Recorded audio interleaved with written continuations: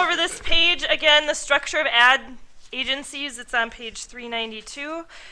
You have the account planner. So this is how all of the jobs are laid out in ad agencies. So if, in case any of you are interested in being an ad person, the account planner develops the marketing strategy, coordinates the market research, and this person the market research is used to assess the behaviors and attitudes of the consumers toward particular products.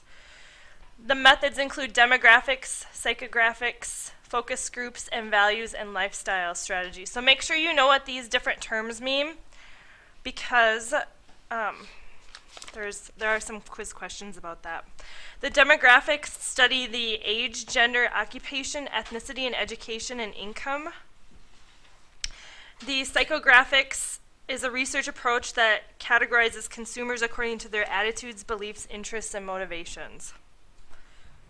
Psychographic analysis relies on focus groups, which are small group interview techniques, and the moderator leads a discussion about a product or an issue of usually 6 to 12 people in the group.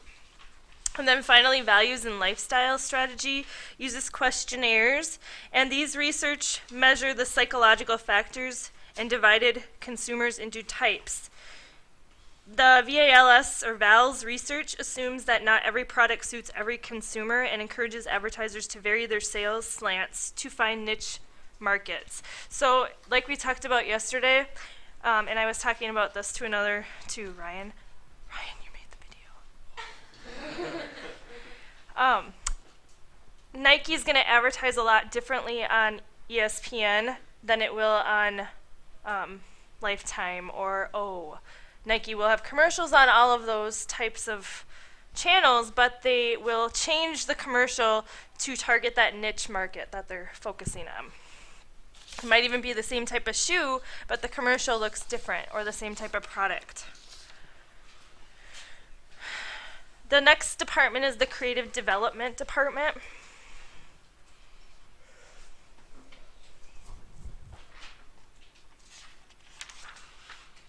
This is on page 394.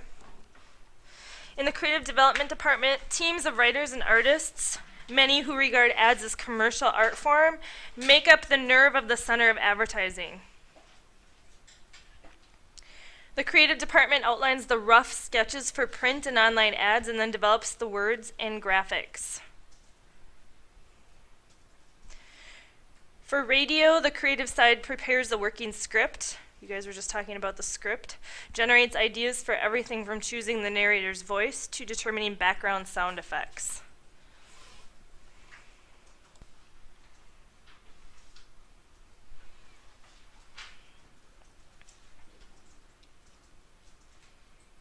The creative development department starts off with a storyboard, which is a short, but it's also a blueprint or a roughly drawn comic strip of the ad.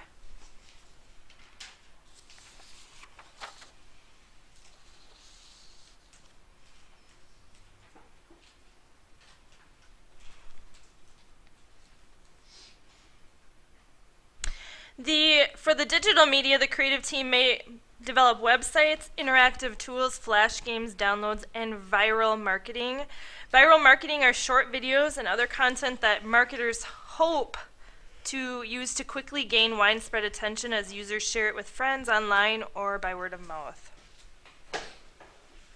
And some of us actually studied that concept in our cultural analysis, the use of marketing through viral means, Twitter.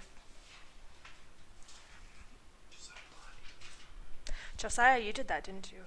Yes, I mean, It's really big to be in these notes because lots of people watch them. yeah. Lots of You should people. mention Josh and Austin too, 'cause they also. Josh, wake up. Austin, stop picking your nose. You, did you just fart?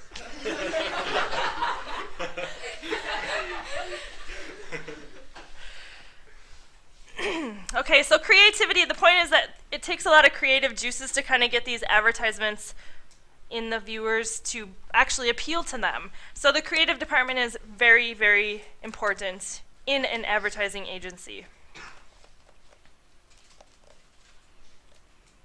The next department is the media coordination department, and this is again on page 394.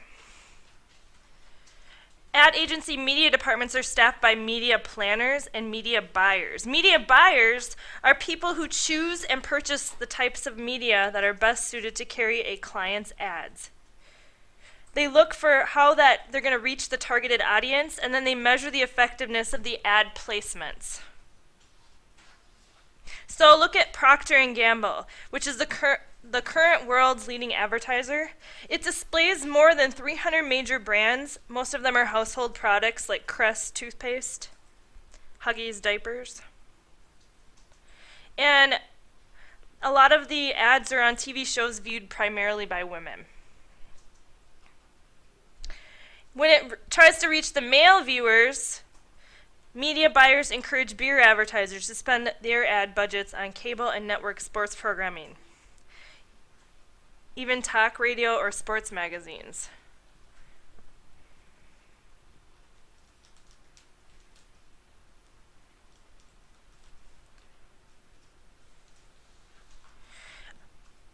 They make money through commissions and fees, and they also add incentive clauses to their contracts, raising the fee if sales goals are met and lowering it if goals are missed. So if goals are exceeded, then they have a clause that says if you reach sales goals that are higher, we're going to raise our fees. It's sort of like a commission base.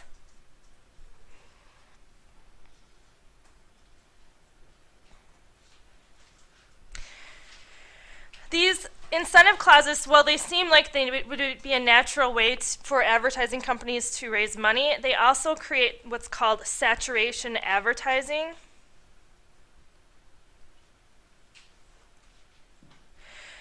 In saturated advertising, a variety of media are inundated with ads aimed at target audiences. So the initial Miller Lite beer campaign, Tastes Great, Less Filling, which was trying to use humor and retired athletes to reach male audiences, became one of the most successful saturation campaigns in media history. You know those commercials or those ads where it's like, I just saw this ad, it pops up between every single segment, the same ad. It's just saturating everything.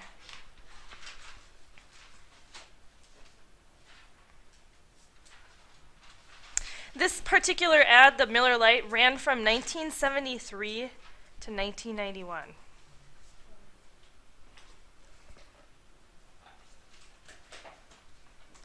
And what the ad did was it would be like this debate, tastes great, and then the other half would go, less filling.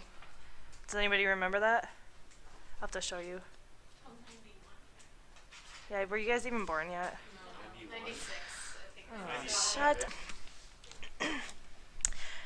Then we have the account and client management groups.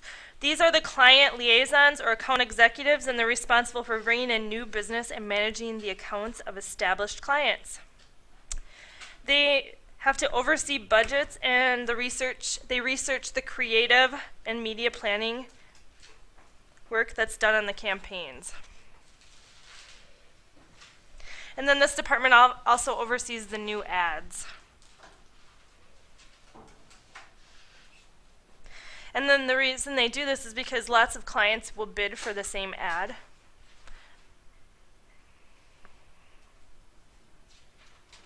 And so they have to coordinate the proposals to see how they can probably underbid the other ad agencies to get the client.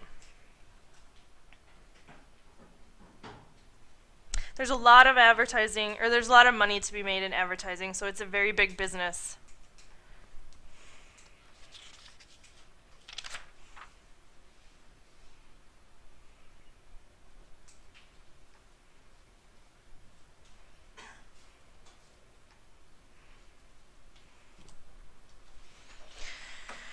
Trends in online advertising is our next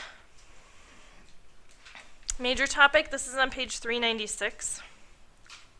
The online advertising business is the fastest growing part of the ad industry.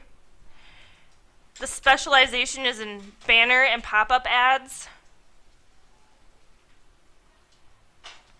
Like spam ads, which we all love spam, don't we?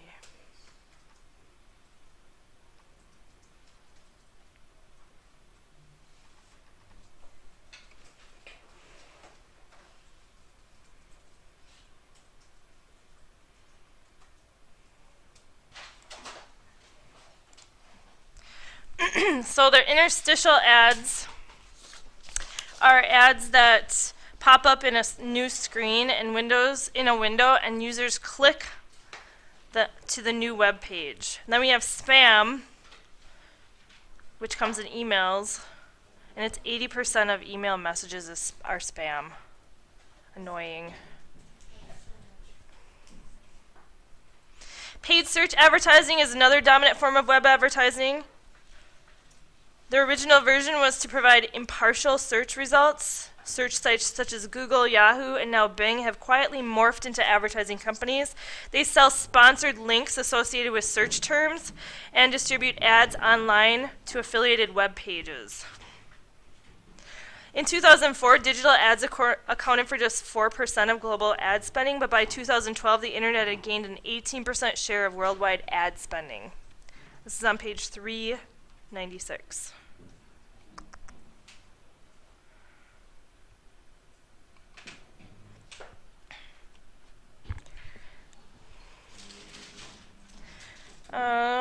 So this will be our last one, obviously, today, because time is running out. Online market trends. Oh, sorry.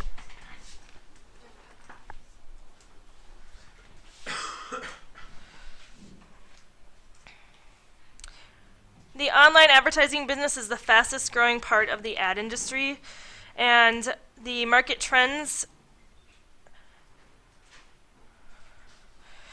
Marketers can develop consumer profiles through cookies and online surveys to direct targeted ads to individual consumers, which is a practice that troubles citizens and privacy advocates. Smartphones also enable advertisers to target consumers by geographic location or demographic.